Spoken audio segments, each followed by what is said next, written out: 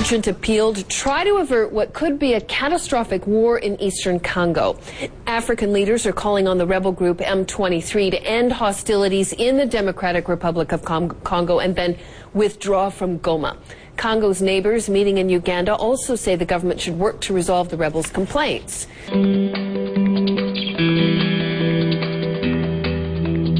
Leaders from Africa's Great Lakes region have called for an end to the rebellion by M23 fighters in the Democratic Republic of Congo. The heads of state met in the Ugandan capital Kampala days after a vow by the rebels to liberate the resource-rich country. Leaders also called on the group to leave the eastern city of Goma, which they seized last week.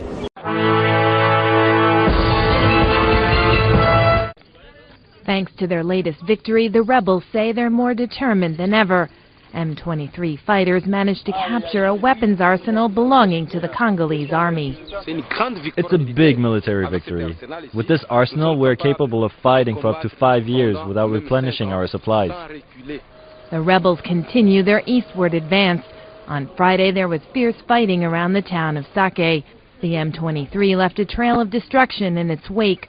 Corpses of civilians and soldiers left lying on the street.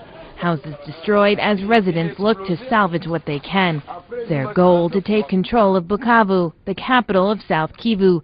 The fighting is a nightmare for the inhabitants. Thousands have fled. With 120,000 people displaced, NGOs are calling for emergency assistance. 30 kilometers to the north, Goma fell to the rebels last Tuesday. There's still no water or electricity, but the city is slowly getting back on its feet. We can't stay barricaded in our houses any longer. We have to get back to work. Life goes on.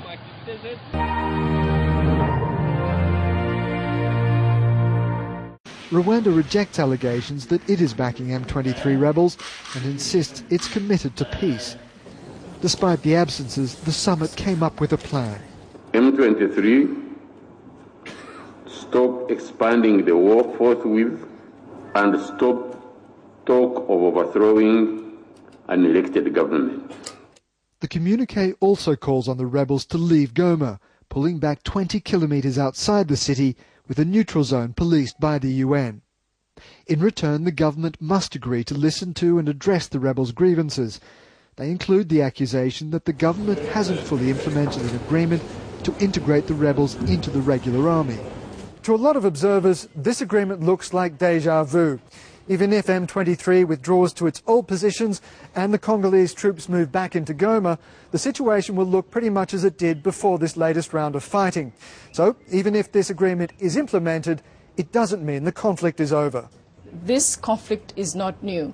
It comes from another conflict that was also mismanaged. So I think to really reach a resolution of this conflict, there has to be a lot of goodwill, there has to be seriousness, but there has to be a measure of responsibility from everybody. We'll know soon whether this plan has worked. The M23 rebels have 2 days to get out of Goma with their weapons.